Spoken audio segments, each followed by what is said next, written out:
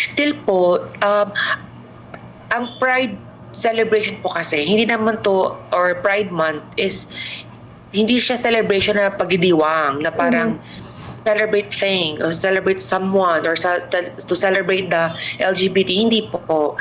Ang Pride po kasi po is a movement, it's a protest po. So, ibig sabihin, hanggat merong Pride Month, dahil hindi pa namin nakakamit ng equal rights, ang equal, same right with the straight people, hanggat wala pang rights na for the LGBT, hindi siya special treatment, patuloy pa rin po ang pagkakaroon ng Pride. Kasi po hindi siya about kasiyahan lang, it's an action po, it's a protest po.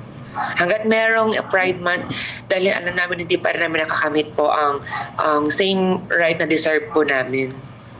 Yes, opo. Yes, Ma'am Ann Marie, dyan mismo sa Urdaneta City, kamusta ang pagtanggap? Lalo na sa inyong lungsod, lalong-lalo na itong pamahalaan ng Urdaneta, kamusta itong pagtanggap sa mga LGBTQIA+ community at ano yung mga ginagawang hakbangin nila, lalo pat sa usapin din ng mga pagkakapantay-pantay sa mga serbisyong binibigay sa kanila?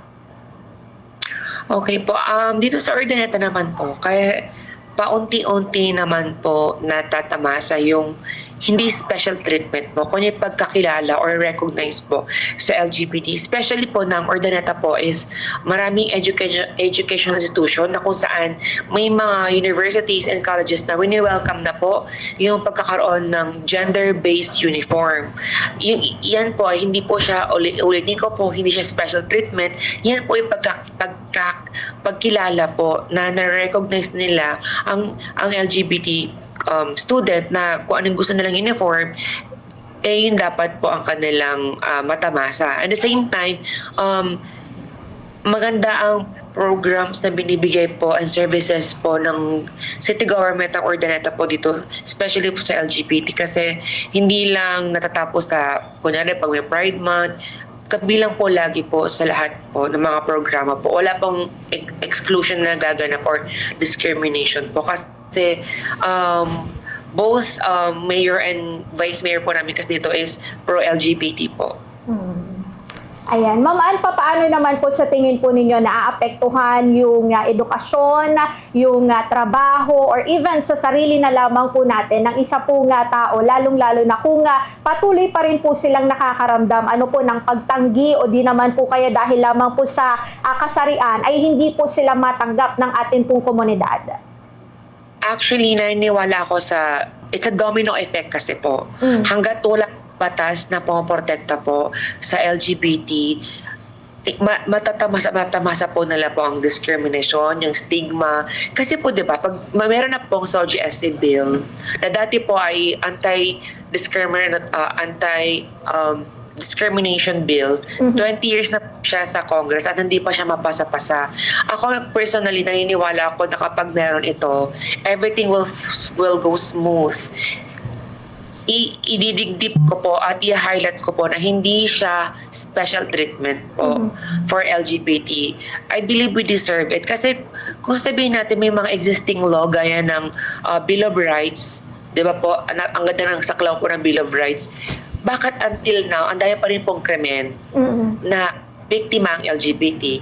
Ang daming mga reports na always ang excluded ang mga LGBT, di ba po? So I believe it's about time talaga po na if mapapas man ang SOGIE bill into law, then definitely everything will go smooth.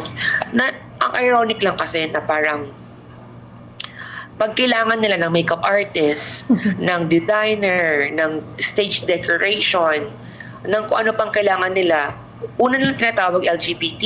Yes. Pero pag rights, nasaan sila? Parang, kailangan nyo lang po ba kami pag convenient po kayo? Kapag kailangan nyo lang po ba kami pag you are in need? So sana dito sa pag pinaglaban po namin, kabilang po rin sana yung mga nangangailangan sa amin minsan. Kasi po, hindi naman namin ito hinahangad na as pabor. Kasi kagaya din nyo kami, tao din po kami. So sana talaga mapasa na po ang SOGIE bill. Yes, ma'am. Ma'am, sa ganitong panahon ngayon, lalong-lalo na sa mga usapin na mga nababalita din sa ibang bansa. Meron kasi akong nabasa din at naisend ko na din sa inyo dyan sa bansang Ghana na talagang ayaw nila, no, ng pag-promote ng mga activities ng mga LGBTQIA plus community. Ano pong reaction nyo dito na meron silang anti-LGBTQIA plus bill sa bansang Ghana, Ma'am Anne-Marie?